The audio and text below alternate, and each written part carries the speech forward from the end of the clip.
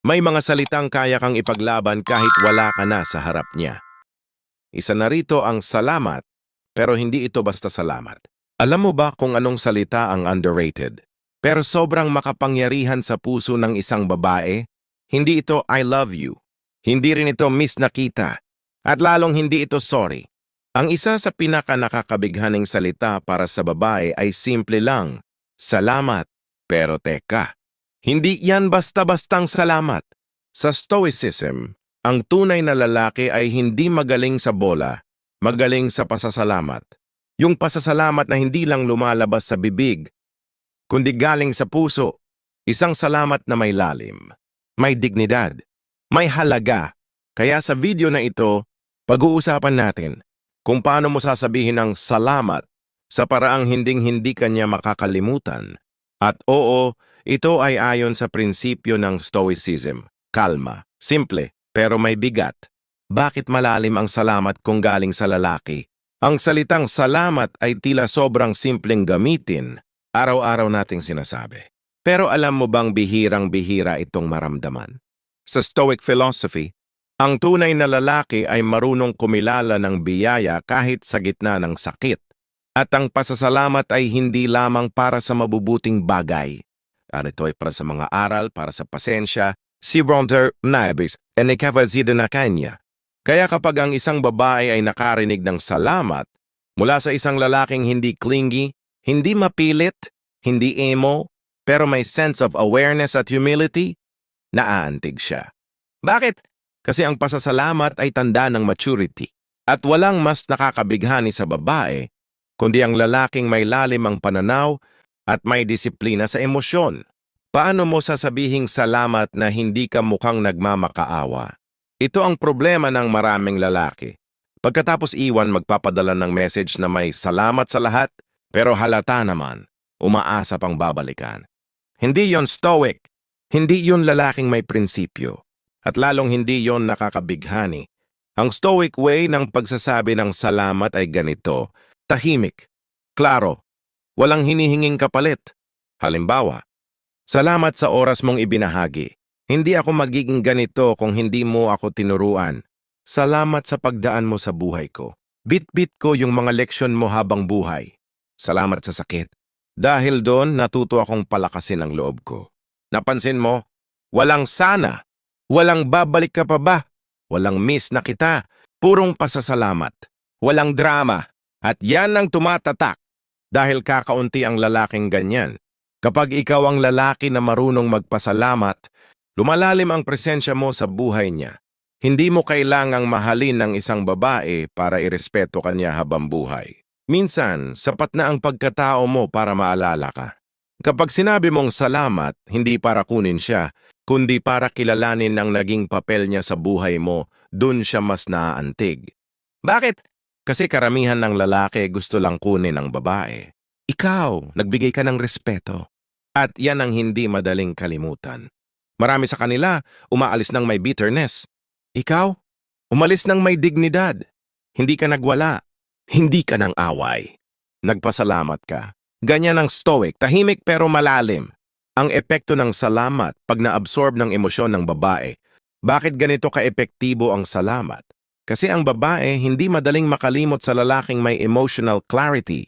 Kapag naramdaman niyang genuine ang pagkilala mo sa mga pinagsamahan ninyo, parang binibigyan mo siya ng respeto na hindi niya nakukuha sa iba. At minsan, yung respeto na yan, mas matimbang pa sa pagmamahal. Isipin mo ito, lahat halos nagsasabing I love you. Pero kakaunti ang nagsasabing salamat sa lahat kahit hindi tayo nagtagal. That's why women remember men who can say salamat with soul. Stoic practice. Paano mag-express ng salamat ng may kalaliman? Ngayong alam mo na ang halaga ng salitang salamat, paano mo ito gagamitin? Here are Stoic-based ways. 1. Sa pamamagitan ng sulat. Walang emojis. Walang memes. Isang tahimik na liham na may dalang respeto at pasasalamat. Example. Hindi ako perpekto nung panahong tayo. Pero salamat kasi kahit papano, pinili mo pa rin ako dati. Bit-bit ko yon kahit wala ka na. 2. Sa pagkilos mo. Huwag ka nang maghabol. Ang simpleng hindi pag-text ay minsan mas malakas pa kaysa sa pagsigaw. And sa katahimikang iyon, nararamdaman niyang pinasasalamatan mo ang nakaraan kahit hindi mo siya kinukulit. 3. Sa sarili mong pag-usad. Kapag nakita niyang naging mas maayos ka, na naging mas disiplinado ka, na hindi ka na bitter, makikita niyang yung salamat mo ay hindi lamang salita. Isa itong buhay na katotohanan. Example, kwento ng isang lalaking iniwan. Hindi siya nag-post ng single again, hindi siya nag-send ng essay sa ex niya, hindi siya nagyabang, hindi rin siya nanghingi ng closure. Pero isang araw nagpadala siya ng simpleng voice note. Salamat. Di ko man nasabi dati, pero marami akong natutunan sa'yo. Sana masaya ka kung nasan ka man ngayon. Walang reply. Pero after a few weeks, natanggap niya ang mensaheng ito. Hindi ko alam kung bakit pero naiyak ako sa voice mo. Ang lalim. At ang totoo, ako dapat ang magpasalamat. See? You don't have to chase. Just speak with soul. Speak with stillness. And she will feel it. Salitang may bigat, hindi kailangan ng ingay. Salamat. Isang salita. Pero kung galing sa tamang puso, kayang baguhin ang alaala ng babae tungkol sa'yo.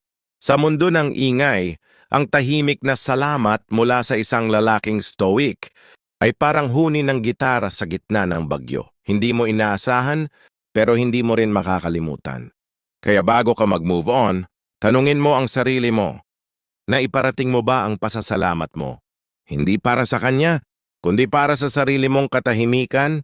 Hindi kailangan ng babae ng lalaking laging tama, pero kailangan niya ng lalaking kayang magsabi ng naiintindihan kita. Maraming lalaki ang nagmamadaling ipaliwanag ang sarili nila. Maraming lalaki rin ang palaging gustong paniwalain ng babae na sila ang tama. Pero alam mo kung sino ang hindi madaling kalimutan. Yung lalaking marunong makinig at nagsasabing naiintindihan kita. Hindi para makuha siya, hindi para pa-cute, kundi dahil may tunay na malasakit, may lalim, may maturity. Hindi lahat ng tao marunong umunawa. Sa dami ng relasyon ngayon na biglang natatapos, napansin mo bang iisa ang dahilan? Hindi mo ako naiintindihan. Simple pero mabigat. At sa Stoicism, napakahalagang prinsipyo ang pag-unawa. Hindi ito nangangahulugang sumasang-ayon ka. Hindi rin ito pagsuko. Ito ay pagkilala sa nararamdaman ng iba kahit hindi mo yon maramdaman sa ngayon. Kapag nasabi mo sa babae ang naiintindihan kita, lalo na sa oras na galit siya, nalilito o nalulungkot, ang dating nito ay respeto. At respeto, mas matamis paminsan sa I love you. Anong uri ng naiintindihan kita ang nakakabighani? May dalawang uri ng naiintindihan kita. 1. Yung galing sa lalaki na gustong tapusin ang usapan. Okay, naiintindihan kita. Pero hindi talaga. Fake, shallow. Para lang matapos ang issue. 2. Yung galing sa lalaking may emotional discipline. Naiintindihan kita kung bakit ka lumalayo. Kung ako man ang nasa sitwasyon mo, baka ganun din ang gawin ko. Boom! Doon siya natatahimik. Yung ganitong uri ng naiintindihan kita ay hindi simpleng linya. Ito'y bunga ng self-awareness, ego control at maturity. Kaya nakakabighani ito. Kasi bihira, ang babae sa dami ng nakakasalamuhang lalaking defensive, madaldal at laging gustong manalo, pag nakakita siya ng lalaking marunong umunawa, ibang level yon. Bakit empathy ang isa sa pinakamakapangyarihang trait ng Stoic man? Sa Stoicism, hindi lang disiplina sa sarili ang mahalaga. Mahalaga rin ang kalinawan ng isip sa harap ng emosyon ng iba. Kapag naiintindihan mo ang babae, hindi dahil gusto mong baguhin ang isip niya, kundi dahil gusto mong ibigay ang espasyo at respeto na deserve niya, mas lumalalim ang koneksyon. At ito ang irony. Minsan, sa pag-unawa mo sa kanya, dun siya unti-unting bumabalik sa'yo. Kasi nakita niyang hindi ka lang basta lalaki, isa kang lalaking may kapasidad makinig at sumalo ng damdamin, kahit hindi mo ito kontrolado. At yan ang rare. Mga eksaktong linyang makapangyarihan. Kapag ginamit ng tama, narito ang ilang Stoic style lines na maaari mong gamitin kung gusto mong magsabi ng naiintindihan kita na may impact, naiintindihan kita kung bakit mo ako nilalayo. Hindi ako galit, nirerespeto ko yan. Alam ko na mahirap ang pinagdadaanan mo at hindi ko kailangan laging magsalita. Nandito lang ako kapag kailangan mo. Hindi ako lalaban para pilitin kang bumalik. Pero naiintindihan ko kung bakit ka umaalis. Hindi mo sinasabi para makuha siya. Sinasabi mo dahil may honor ka. At dahil stoic ka. Marunong kang magmahal ng hindi kontrolado ng takot. Stoic empathy versus neediness. Mahalagang linawin to. Ang pag-unawa ay hindi pagsuko. Maraming lalaki ang akala, kapag sinabi mong naiintindihan kita ay nagpapakababa ka. Mali. Iba ang pag-unawa sa pagmamakaawa. Kapag stoic ang lalaking nagsabi nito, ramdam ng babae na ito ay kalmado, buo ang loob, walang pressure, may respeto sa boundaries. At yan ang sobrang nakakaakit. Hindi clingy, hindi needy, pero solid, may lalim, may paninindigan. Real case, silent impact ng isang empathic statement. Kwento ito ng isang lalaki na iniwan matapos ang 3 taon. Imbis na magmakaawa, ito lang ang sinabi niya, hindi kita pipigilan. Naiintindihan ko na kailangan mo munang hanapin ang sarili mo. Kung sa dulo ng lahat ay ako pa rin ang pipiliin mo, salamat. Kung hindi man, salamat pa rin. Dahil minahal mo ako kahit sandali. Tahimik ang babae. Walang reply. Pero lumipas ang buwan at siya mismo ang bumalik. Hindi dahil minanipula siya, kundi dahil naalala niya yung lalaking hindi siya pinilit. Pero inintindi siya. And that is power. The power of stoic empathy. Paano mo ipapractice ang empathy bilang lalaki? 1. Makinig ng walang agenda. Huwag ka lang maghintay ng pagkakataon para magsalita. Makinig ka para maunawaan, hindi para sumagot. 2. Tanggapin ang emosyon niya kahit di mo gusto. Kahit nasasaktan ka, maging present. Kasi dun niya makikita kung gaano ka katatag. 3. Pumili ng salita na may respeto, hindi pananakot.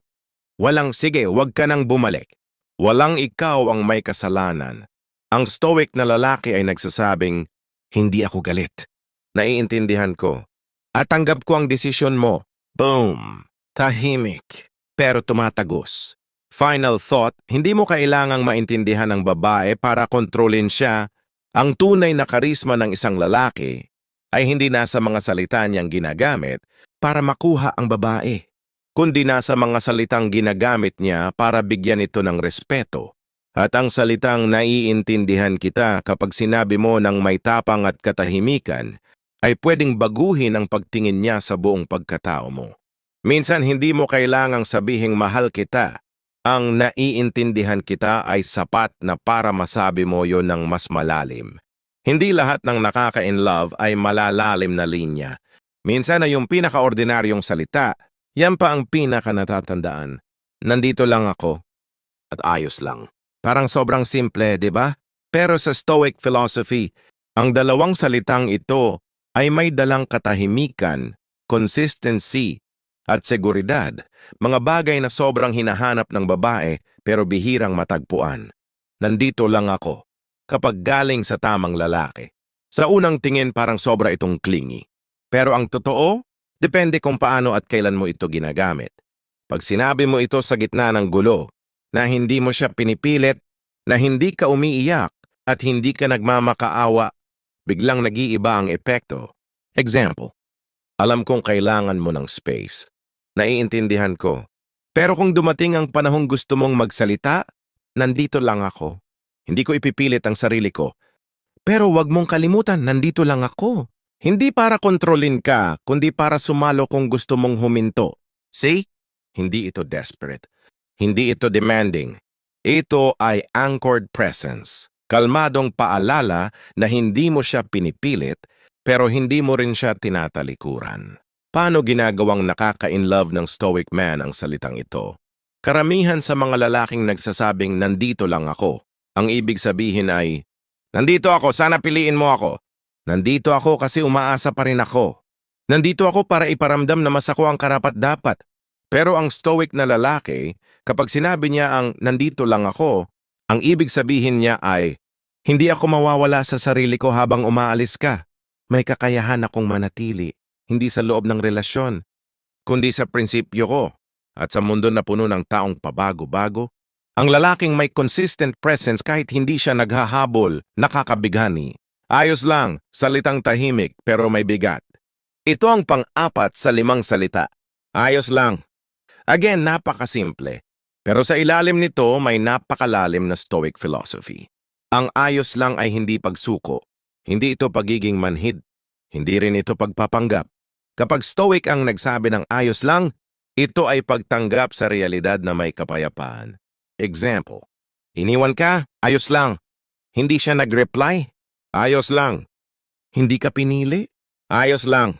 Pero hindi mo ito sinasabi para magpaka-martyr. Sinasabi mo ito dahil hindi mo hinahayaan ang sitwasyon na sirain ang pagkatao mo. Bakit gustong-gusto ng babae ang lalaki na marunong magpakatatag?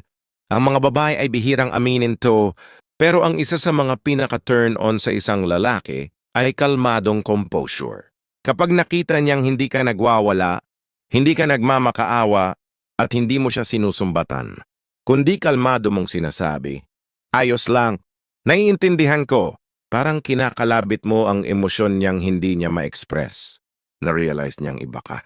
Hindi ka reaktibo, hindi ka clingy, pero totoo kang nandyan, hindi bilang option, kundi bilang anchor. Tahimik pero tumatagos. Kwento ito ng isang lalaking iniwan ng walang paliwanag. Hindi siya nangulit. Hindi siya gumawa ng drama online. Isang message lang ang iniwan niya. Wala akong masamang loob. Kung ito ang kailangan mong gawin para matahimik ka, ayos lang.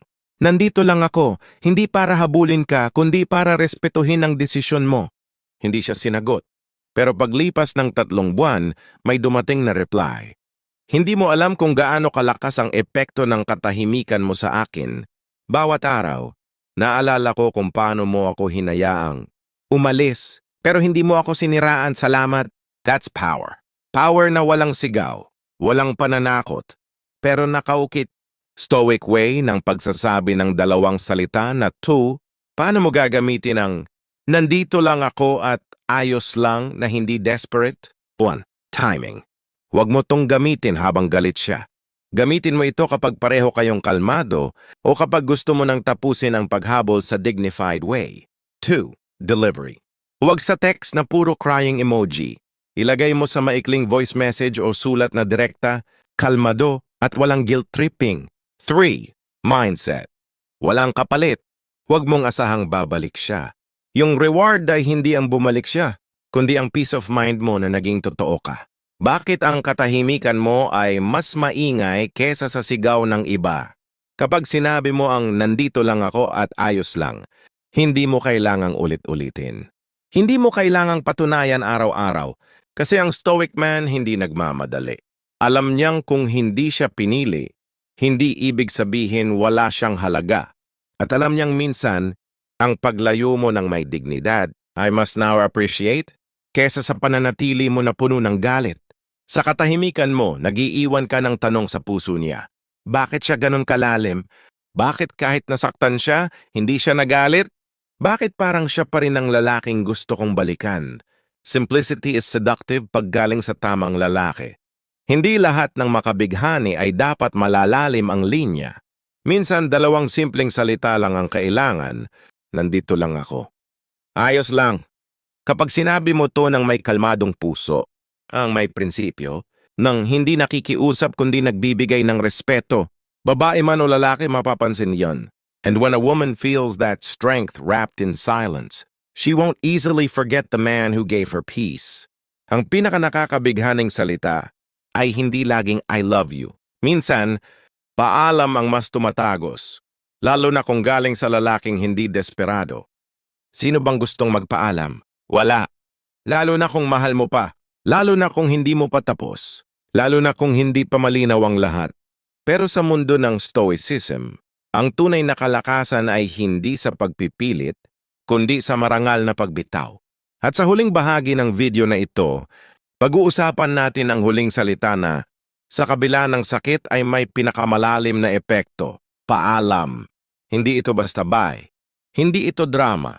At lalong hindi ito pangmanipula. Ito ang klase ng paalam na mararamdaman sa puso. Kahit wala ka nang sinasabi.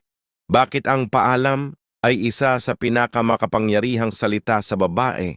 Ang paalam kapag mula sa tamang lalaki ay hindi lang pagtatapos, isa itong panimula ng respeto. Kapag sinabi mong paalam, hindi dahil sumusuko ka, kundi dahil ayaw mong maging hadlang, ibang level yan.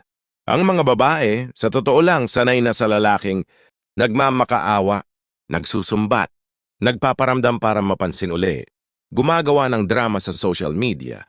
Pero ang isang lalaking tahimik na nagpapaalam, na may dignidad, respeto at pagpipigil, yan ang hindi madaling kalimutan. Kasi sa gitna ng emosyon, pinili mo ang disiplina. At yun ang rare. Iba ang paalam ng mahinang lalaki versus stoic man. Paalam ng mahinang lalaki. Sige, alis ka. Huwag ka nang bumalik. Goodbye. Sana magsisi ka. Bahala ka sa buhay mo. Ito'y puno ng galit, ego at resentment. Hindi ito paalam, ito'y pananakot. Paalam ng stoic man. Salamat sa lahat. Hindi ko pipilitin ang sarili ko sa mundong ayaw ako. Paalam. Hindi ko alam ang hinaharap, pero alam kong ang tamang lalaking gaya ko ay hindi dapat mapilit. Paalam at salamat. Boom. Tahimik. Matatag. Mabigat. Pero walang binitiwang galit. Walang paninira. At yan ang tatama sa puso ng babae, hindi dahil sinaktan mo siya, kundi dahil hindi mo sinaktan kahit kaya mo. Kapag ang lalaki ay marunong magpaalam, mas minamahal siya. Minsan, mas nai-inlove ang babae kapag naramdaman niyang kaya mong iwan ang nararamdaman mo para igalang ang desisyon niya. At minsan, sa paalam mo, hindi ka niya agad maintindihan. Magugulat siya, tahimik ka, kalma ka, wala kang pakiusap, wala kang sermon, pero sa katahimikan mo, dun ka mas lumalalim sa isip niya. Hindi ka nag-iwan ng ingay. Nag-iwan ka ng dignidad. At yun ang hindi niya makakalimutan. Mga linya ng stoic goodbye na tumatama. Kapag dumating ka sa puntong kailangan mo nang magpaalam, narito ang mga pahayag na hindi mapang-abuso, kundi may respeto, katahimikan, at lalim. Alam kong may rason ka, at hindi ako para hadlangan yon, kaya pipiliin kong irespeto ang katahimikan mo. Paalam. Hindi ko man makuha ang mga sagot ngayon, natuto na akong hindi pilitin. Kaya ngayon pipiliin ko ang sarili ko. Paalam. Minsan, hindi lahat ng mahal natin ay kailangang panatilihin. Minsan, kailangan lang natin silang palayain. Paalam. Walang guilt. Walang blame. Walang balikan mo ako. Kundi isang tapik sa puso na nagsasabing, hindi ako bitter. Marunong lang akong umalis ng may dangal. Silent goodbye, lifelong impact. Kwento ito ng lalaking naghintay ng sagot. Hindi siya nag-text, hindi rin siya nangulit. Pero isang araw, pinadala niya ang mensaheng ito. Hindi ko alam kung ako ba ang tamang tao. Pero alam ko, hindi ko deserve ang ganitong katahimikan. Kaya para sa sarili ko, magpapaalam na ako. Maraming salamat. No reply. Isang buwan ang lumipas, nag-message ang babae. Nang mabasa ko yun, napaiyak ako. Kasi ni minsan, hindi mo ako pinilit. Pero ni minsan, hindi ko rin naramdaman na nawala ka. Paalam. Hindi para mawala, kundi para ipaabot sa kanya na kahit mahal mo siya, mas mahalaga ang kapayapaan mo. Kailan dapat sabihin ang paalam?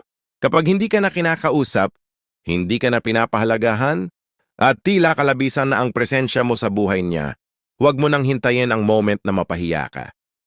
Pumili ng paalam na tahimik, malinis, direkta, walang sumbat. Hindi mo siya iniiwan, inilalabas mo ang sarili mo sa sitwasyong hindi ka na pinipili. At tandaan, hindi lahat ng paalam may katapusan. Minsan, ito ang simula ng pagrespeto mo sa sarili mo. Bakit mas nakakabighani ang lalaki na marunong umalis ng maayos? Ang mga babae ay hindi lang naaakit sa mga lalaking nagpapatawa o sa mga lalaking sweet. Minsan, mas naaalala nila ang lalaki na hindi sila pinilit, hindi sila minanipula, hindi sila sinumbatan, pero malinaw na nagpaalam. Yung lalaki na may lalim, may paninindigan, may tahimik na respeto. Dahil doon, nararamdaman nila ang klase ng pagmamahal na hindi nagpapapansin, kundi nagpapalaya. At iyon ang klaseng pag-ibig na hindi nakakalimutan. Ang salitang paalam kapag galing sa lalaking stoic, hindi ito kahinaan. Ito'y tanda ng emotional control, self-respect, awareness, inner peace. At kapag nasanay ka sa ganitong mindset, wala nang rejection ang sisira sa'yo. Wala nang babae ang makakawasak ng prinsipyo mo. Dahil alam mong kung aalis ka, iwan mo ang sarili mo ng buo, hindi wasak. Kung alam mong may paalam kang kailangang bitawan, i-comment mo sa baba. Hindi ako lalaban para ipilit ang sarili ko. Magpapaalam akong